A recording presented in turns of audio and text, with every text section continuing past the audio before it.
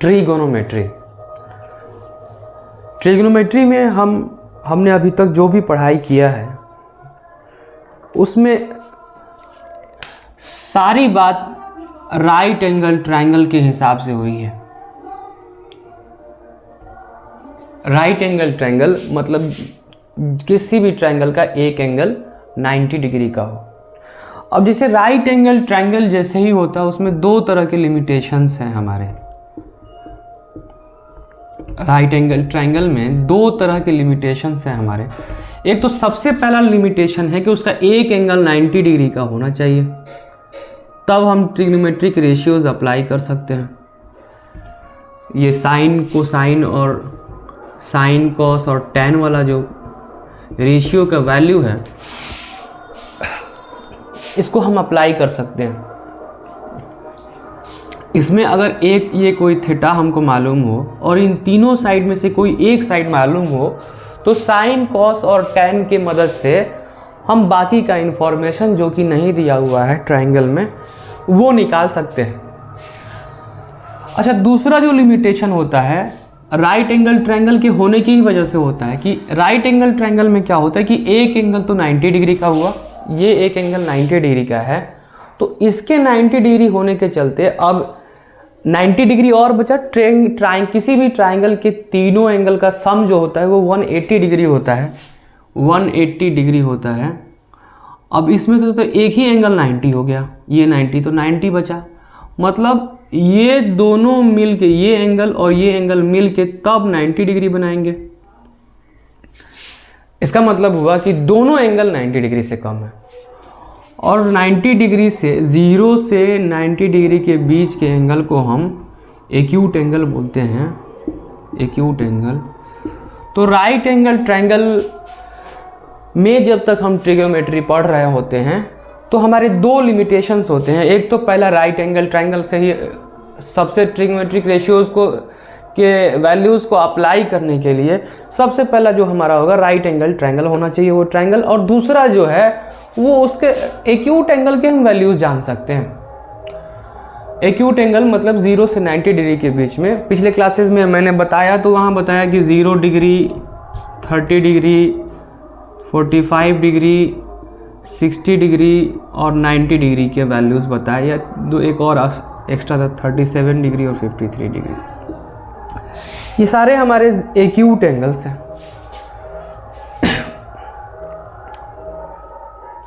तो क्या हो अगर, तो मतलब मान लीजिए मैंने जैसा कि अभी बताया कि इस तरह के राइट एंगल ट्रायंगल में अगर ये थीटा हमारा दिया हो, ये हाइपोटेन्यूज अगर दिया हो या परपेंडिकुलर भी दिया हो, चाहे बेस भी दिया हो, मतलब ये अपोजिट साइड है और ये एडजेसेंट साइड है, इसमें कोई दो इन्फॉर्मेशन हमको मालूम हो तो इस ट्रायंगल को तो हम सॉल्व कर सकते हैं राइट एंगल ट्रायंगल में। लेकिन क्या हो अगर कोई ट्रायंगल राइट एंगल ही ना हो, oblique triangle, right angle triangle ना हो, ऑब्लिक ट्रायंगल हो। ऑब्लिक ट्रायंगल उसे बोलते हैं जो राइट एंगल ट्रायंगल ना हो। इसको हम ये ऑब्लिक ट्रायंगल है, ये ऑब्लिक ट्रायंगल है, या ऐसे कोई ट्रायंगल है, ये सब ऑब्लिक ट्रायंगल है, मतलब जिसमें एक एंगल 90 डिग्री का नहीं है और इसके 90 डिग्री नहीं होने के चलते डायरेक्ट साइन कोसाइन और टैन का फॉर्मूला तो हम नहीं लगा सकते। लेकिन इस तरह के ट्रायंगल को भी सॉल्व करने के लिए इस साइन कोसाइन और टैन के ही मदद से एक फॉर्मूला डेवलप किया गया है। एक फॉर्मूला है जो हमें कोई ट्रायंगल राइट एंगल ट्रायंगल ना हो तब भी उसको सॉल्व करने का रास्ता देता है। तो उसको हम बोलते हैं, एक को हम बोलते हैं साइन रूल, या इसी को आप सुनते हुए कहीं पे लॉ ऑफ साइंस या साइन फॉर्मूला, वो होता है हमारा। इसको मैं मिटा दूं,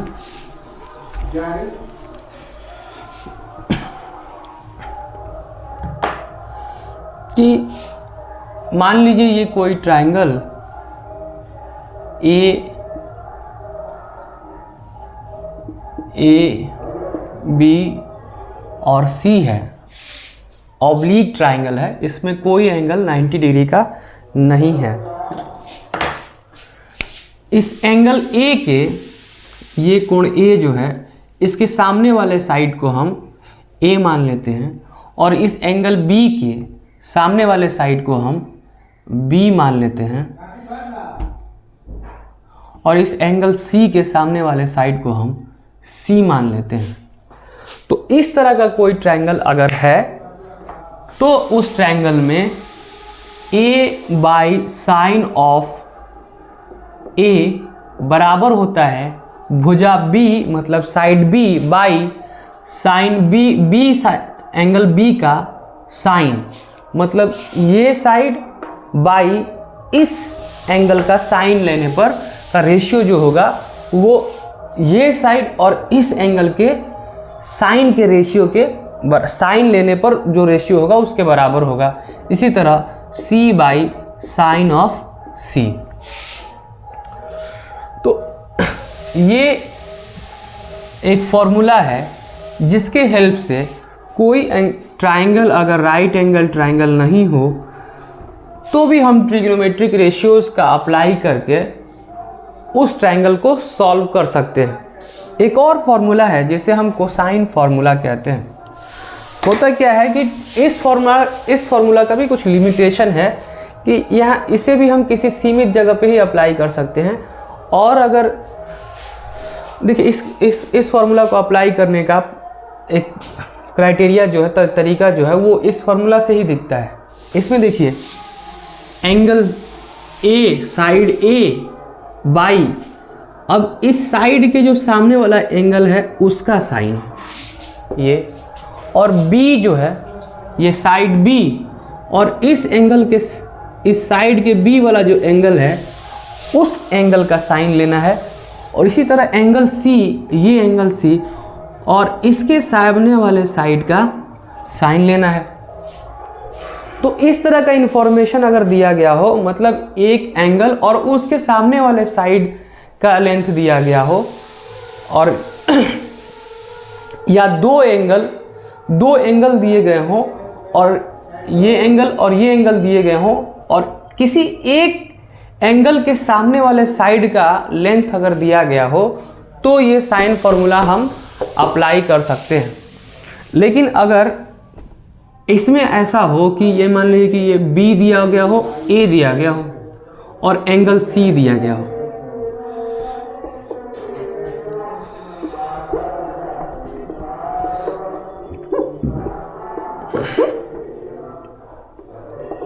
ये एंगल C दिया गया हो, तो अब देखिए आपको अब ये रूल आप अप्लाई ही नहीं कर सकते,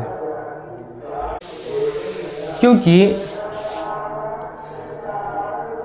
यहाँ आपको C के B के इस साइड B के सामने वाला जो एंगल है उसके बारे में कोई इन्फॉर्मेशन नहीं है और इस A साइड के सामने वाले एंगल के बारे में भी कोई इन्फॉर्मेशन नहीं है, तो आप ये साइन रूल नहीं अप्लाई कर सकते हैं।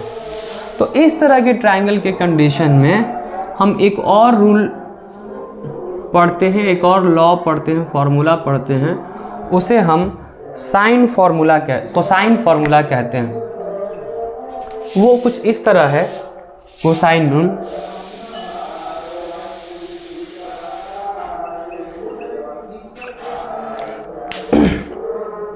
सी स्क्वायर मतलब इसका square is equal to a square plus b square, a square plus b square minus 2ab cos of c minus 2ab cos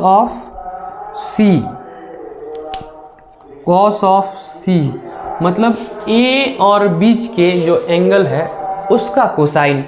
इस तरह से कोई इन्फॉर्मेशन दिया गया हो जिसमें दो साइड और उसके बीच का एंगल दिया गया हो, तो वहाँ हम कोसाइन रूल अप्लाई करते हैं और ट्रायंगल को सॉल्व कर लेते हैं।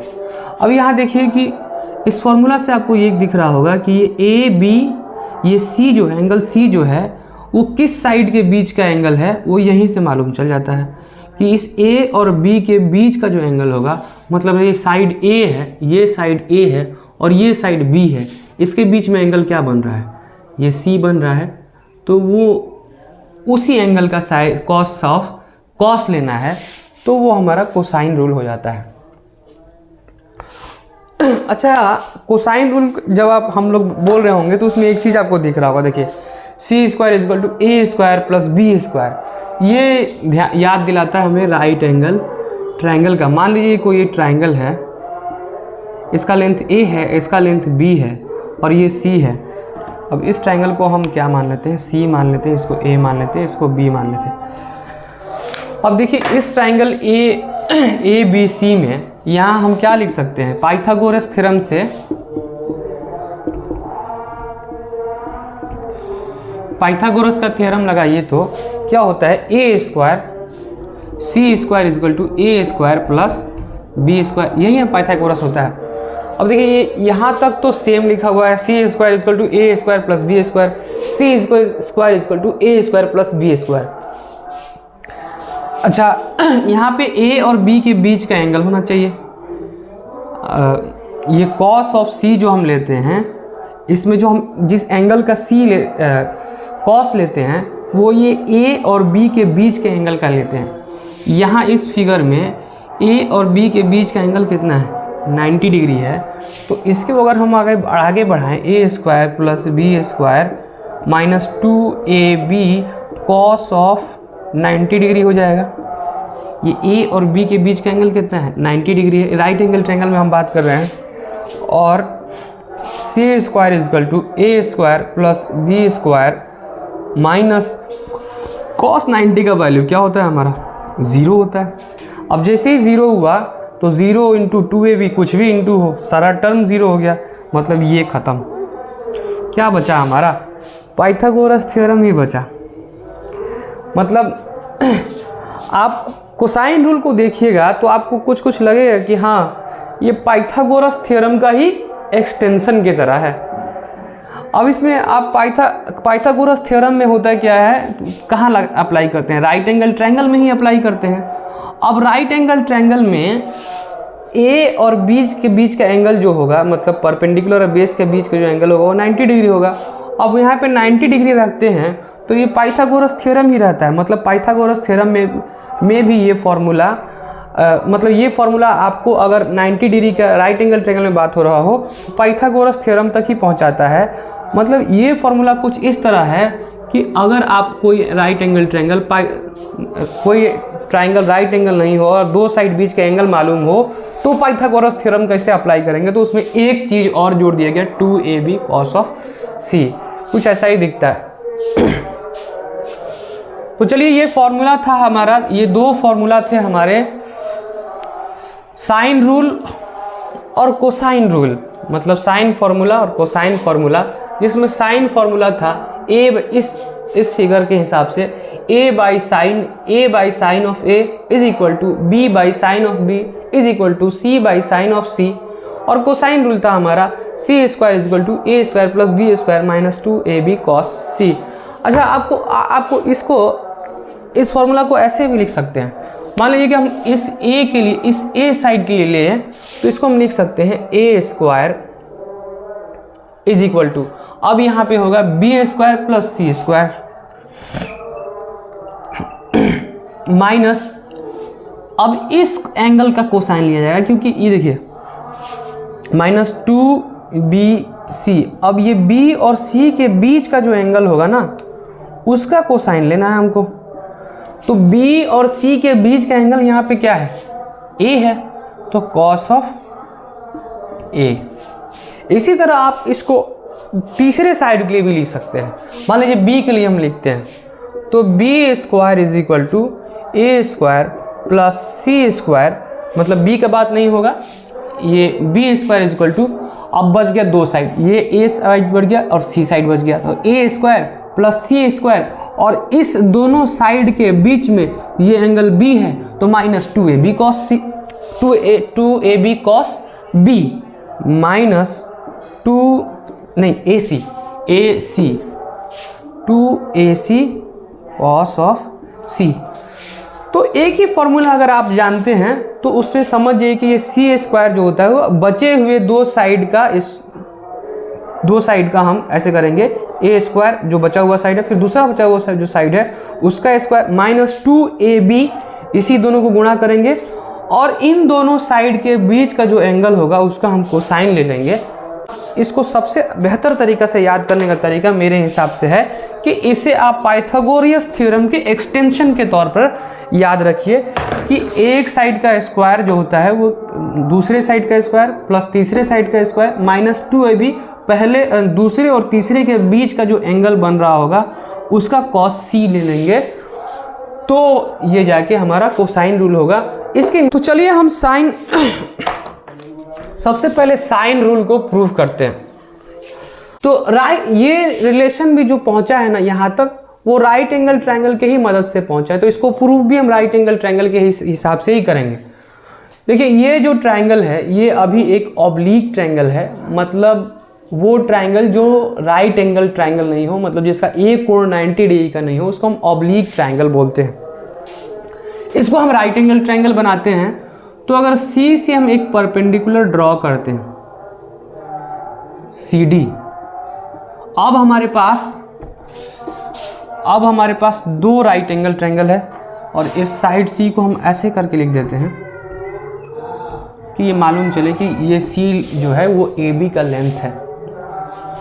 अब हमारे पास दो राइट एंगल ट्रायंगल हो गया, एक CAD एक CDB। और देखिए यहाँ पे इस एंगल का साइन लिया गया है, एंगल A का साइन लिया गया है, एंगल B का साइन लिया गया है और एंगल C का साइन लिया गया है। अच्छा, एंगल C का साइन लेने के लिए हमारे पास कोई मतलब ट्रायंगल उस तरह से नहीं आ रहा है कि इस एंगल C का भी हम साइन ले सकें, क्योंकि एंगल C किसी राइट एंगल ट्रायंगल का पार्ट नहीं लग रहा है। अच्छा, अगर हम यहाँ से कोई परपेंडिकुलर ड्रॉ करते, ऐसे करके कोई परपेंडिकुलर ड्रॉ करते और यहाँ पे कोई राइट एंगल ट्रायंगल बन रहा होता, तो अब AC और ये F है, ACF में आप देखते तो आप अब एंगल C का भी आप साइन ले सकते थे, क्योंकि अब ये राइट एंगल ट्रायंगल का पार्ट है। AC और F के ये राइट एंगल ट्रायंगल का पार्ट है। लेकिन हम तीनों प्रूफ नहीं करके बस दो प्रूफ करेंगे और वो तीनों के लिए काफ़ी होगा। तो इस ट्रायंगल में अगर आप देखिए CAD में ये एंगल जो है एंगल A है, इसका साइन अगर आप लेते हैं, अच्छा CD जो हमने परपेंडिकुलर ड्रॉ किया है उसका लेंथ हम H मान लेते हैं, ये H है। अब देखिए कि अगर आप इस एंगल का साइन लेते हैं तो साइन फॉर्मूला क्या होता है, साइन का किस रेशियो को बोलते हैं, अपोजिट अपॉन हाइपोटेन्यूज को बोलते हैं। तो इस एंगल का अपोजिट क्या होगा, ये H होगा। अच्छा, अगर हम एंगल B का साइन लें इस ट्रायंगल में CDB में, तो इस B का भी अपोजिट क्या होगा, H ही होगा। मतलब अगर हम साइन A एंगल का साइन ले रहे हैं इस ट्रायंगल में ACD में, तो हमारा उसमें H आ रहा है, और CDB में भी इस एंगल का साइन ले रहे हैं तो उसमें भी H आ रहा है। तो यहाँ से कुछ हमको मदद मिल सकता है इस रिलेशन को प्रूव करने के लिए, थोड़ा थोड़ा दिख रहा होगा। तो now in triangle ADC sine of A लीजिए, तो ट्रायंगल ADC में ये 90 डिग्री है, ये 90 डिग्री है। कभी भी हाइपोटेन्यूज अगर आपको देखना हो तो 90 डिग्री से के अपोजिट देखिए, जो आपको साइड मिलेगा वो हाइपोटेन्यूज होगा। तो sine A is equal to होता है अपोजिट अपॉन हाइपोटेन्यूज। इस एंगल का अपोजिट क्या है, H है, अपोजिट H है तो H लिख देंगे, और इस ट्रायंगल में ACD में हाइपोटेन्यूज हमारा B है तो B लिख देंगे। और ये B इधर भाग में है, इधर जाएगा तो गुणा में हो जाएगा। इसको ऐसे बोल सकते हैं कि दोनों तरफ B से मल्टीप्लाई करने पर ये B से B कैंसिल हो जाएगा, ये B sine A equal to H बच जाएगा। एक टर्म कम हो गया, इसको हम पूरे हिसाब से लिखते हैं B और b इधर गया बराबर के इस पार गया, तो b sine of a is equal to h। ये हमारा एक इक्वेशन हो गया, इसको हम इक्वेशन 1 मान लेते हैं। अब triangle, now in triangle CDB, triangle CDB में देखिए तो अगर इस एंगल B का, इस ट्राइंगल CDB में इस एंगल B का साइन लेते हैं, sine of B is equal to क्या होगा हमारा, इस एंगल के अपोजिट है H, तो अपोजिट बाई हाइपोटेन्यूज होता है, तो अपोजिट H है तो हम H लिख दिए। बाई हाइपोटेन्यूज, यहाँ हाइपोटेन्यूज क्या है हमारा, A है, तो A लिख दिए। और यहाँ A जो है भाग में है, बराबर के इस पर जाएगा तो गुणा में हो जाएगा, इसको हम लिख सकते हैं A sine of B is equal to H। ये इक्वेशन 2 हो गया हमारा। अब इक्वेशन 2 और 1 में देखिए, इक्वेशन 2 और 1 में दोनों का राइट हैंड साइड पे H है, मतलब A साइन B भी H के बराबर है और B साइन A भी H के बराबर है, तो इस तरह B साइन A और A साइन B भी एक दूसरे के बराबर होंगे, तो लिख सकते हैं हम from equation 1 and 2 B of sine A is equal to A of sine B। और देखिए दोनों साइड अगर आप साइन A और साइन इंटू साइन B से अगर भाग देते हैं, दोनों साइड आप B साइन A भागा A sine A into sine B बराबर A साइन B बराबर sine A into sine B। अब देखिए इसमें साइन A से साइन A कैंसिल हो जाएगा और साइन B से साइन B कैंसिल हो जाएगा, तो हमारा क्या बचेगा, B by sine B is equal to A by sine A। हमारा रिलेशन तो प्रूव, ये फॉर्मूला तो प्रूव हो गया।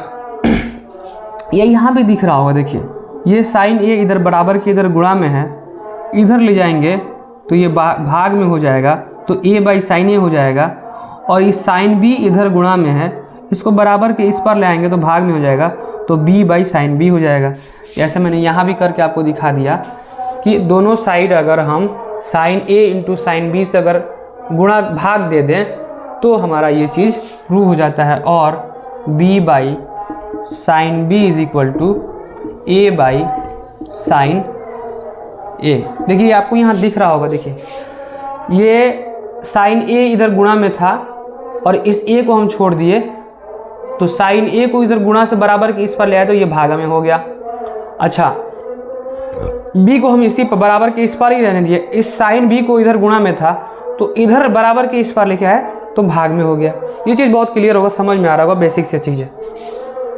अच्छा, इसी तरह अगर हम जो मैंने परपेंडिकुलर ड्रॉ करके बताया था कि A से अगर CB पर परपेंडिकुलर ड्रॉ कर देते तो उस कंडीशन में हम C का भी साइन ले सकते हैं, क्योंकि हम एक और परपेंडिकुलर राइट एंगल ट्रायंगल बना रहे होते तो उस तरह हम प्रूव करते सेम तरीका से, तो हमारा C by sine of C भी इसी तरह प्रूव हो जाता।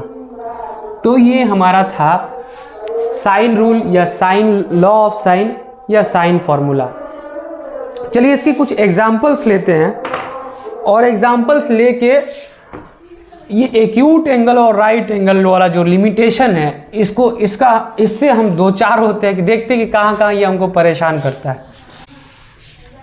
इस वीडियो को मैं 2 पार्ट में बनाऊंगा, एक में अभी सिर्फ हम साइन रूल का बात करते हैं और अगले वीडियो में कोसाइन रूल के बारे में भी बात करेंगे। एक क्वेश्चन है, एक एग्जाम्पल लीजिए तो बात ज़्यादा क्लियर होगी। यहाँ पे मैं लिख देता हूँ sine rule, A sine A by sine of A is equal to B by sine of B is equal to C by sine of C। ये फॉर्मूला है, ये आपको हमेशा के लिए याद कर लेना है। अच्छा, इन ट्राइंगल ABC क्वेश्चन है, in triangle ABC C is equal to 2 और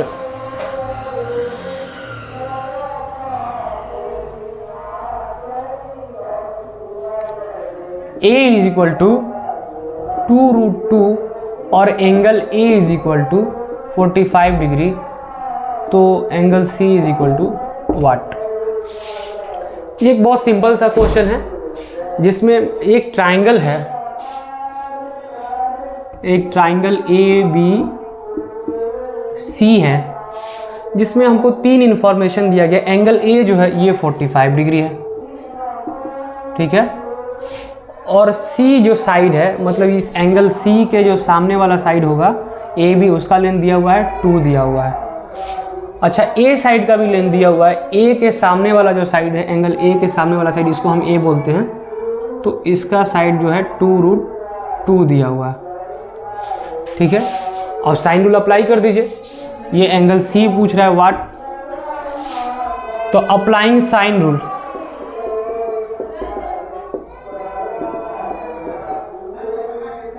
साइन रूल अप्लाई कीजिए तो A by sine A is equal to C by sine C, और A की जगह पे क्या दिया हुआ है यहाँ पे 2√2 बाई साइन A, मतलब इस एंगल का साइन लेना है हमको। यहाँ पे कितना है 45 डिग्री है, तो sine of 45 degree is equal to C side दिया हुआ है यहाँ पे, ये C साइड का होता है, इसको छोटा करके लिखते हैं तो ज़्यादा बात समझ में आएगी। तो C साइड यहाँ पे दिया गया हो तो इसको हम 2 लिख दें, और साइन ऑफ C, तो ये एंगल नहीं दिया हुआ, ये हमको निकालना है, साइन ऑफ C। अब देखिए ये कोई इक्वेशन है, इसमें 3 चीज़ दिया हुआ है, एक अननोन है, निकाल सकते हैं आसानी से। अच्छा, 3 चीज़ दिया कैसे हुआ, साइन 45 डिग्री का वैल्यू आप जानते हैं 1/√2, तो इसको हम लिख सकते हैं 2√2 by 1/√2 is equal to 2 by sine of C, और 2√2 बाई 1 इंटू, अब ये जो हमारा रेशियो ये पलट जाएगा, ये 2√2 बाई 1 हो जाएगा is equal to 2 by sine of C। अब यहाँ से ये 2 कैंसिल, इसको √2 into √2, 2 by 1 is equal to 1 by sine of C, और sine of C is equal to 1/2। अच्छा, किस एंगल पे साइन का जो वैल्यू होता है वो 1/2 होता है? साइन C का वैल्यू हमारा 1/2 आया, तो ये किस एंगल पे साइन का वैल्यू 1/2 होता है? 30 डिग्री पे, हाँ, π/6 पे। तो इसका मतलब C is equal to 30 degree और π/6, मतलब रेडियन मेज़र में लें तो ये π/6 और डिग्री मेज़र में लें तो 30 डिग्री। अच्छा देखिए, अच्छा एक बात ध्यान में रखिए कि ये साइन C जब हम ले 1/2 को हम 30 डिग्री डायरेक्ट लिखे ना, तो ये पहले से अंडरस्टूड है कि यहाँ जितनी भी बातें हो रही हैं सब एक्यूट एंगल के हिसाब से हो रही हैं। जैसे ही आप एक्यूट एंगल से निकल के ऑब्ट्यूज एंगल, मतलब 90 डिग्री से ऊपर तक आप ऊपर जाते हैं और ट्रिग्नोमेट्री पढ़ते हैं, तो वहाँ आपको मालूम चलेगा कि साइन ऑफ 150 डिग्री जो होता है उसका वैल्यू भी 1/2 ही होता है। तो इस कंडीशन में आप कैसे, उस तरह का अगर आपको जब मालूम हो तो उस कंडीशन में आप कैसे डिसाइड करिएगा कि ये C का वैल्यू 30 होगा या 150 होगा? तो उस कंडीशन में हम ये करेंगे कि इस तीनों एंगल को सम करके देख लेंगे। पहले तो तीनों एंगल निकालेंगे, उस तीनों एंगल को सम करके देखेंगे, जो 180 से एक्स्ट्रा होगा वो आंसर नहीं होगा, और जो 180 पूरा कर रहा होगा तो वो आंसर होगा। लेकिन किसी भी कंडीशन में हमको हमारा लिमिटेशन, जो एंगल का लिमिटेशन अभी तक हम देखते चले आ रहे हैं कि वो 90 डिग्री और 0 के बीच का है। 0 से थीटा जो है वो हमारा 90 डिग्री और 0 के बीच का है, इससे ऊपर जाना पड़ेगा। अब देखिए, मैंने यहाँ उदाहरण भी जो लिया उसमें सारे एक्यूट एंगल्स थे। अच्छा यहाँ एक्यूट एंगल, चलो रुकिए एक मिनट, यहाँ हमने इसको निकाला 30 डिग्री, ठीक है 30 डिग्री निकाला है इसको। अच्छा देखिए इसी ट्रायंगल में आपको ये एक्यूट एंगल वाला जो लिमिटेशन है वो परेशान करता हुआ नजर आएगा कि ये हमको बहुत दूर तक ले नहीं जा रहा है। देखिए ये था हमारा ए। अच्छा ट्रायंगल के तीनों एंगल का सम कितना होता है, 180 डिग्री होता है। अब इसमें से माइनस करिए तो 45 डिग्री प्लस 30 डिग्री, तभी ना जाके ये तीसरा एंगल निकलेगा। तो 180 माइनस 75 डिग्री, तो ये हमारा क्या होगा, तीसरा एंगल जो निकला, अगर हम इस एंगल को 30 मानते हैं तो तीसरा जो हमारा निकला ये 105 डिग्री निकला। अब अगर आपको कोई कहे कि अब ये तीसरा एंगल आपका निकल गया, तो अगर आपको कोई बी का लेंथ पूछ लेता, बी का लेंथ पूछ लेता, तो आपको साइन ऑफ 105 डिग्री का वैल्यू आना चाहिए। तो ये ज़रूरी है हमको कि हम ट्रायंगल को सिर्फ एक्यूट एंगल तक सीमित नहीं रखें या राइट एंगल तक सीमित नहीं रखें, उससे आगे लेके जाएं।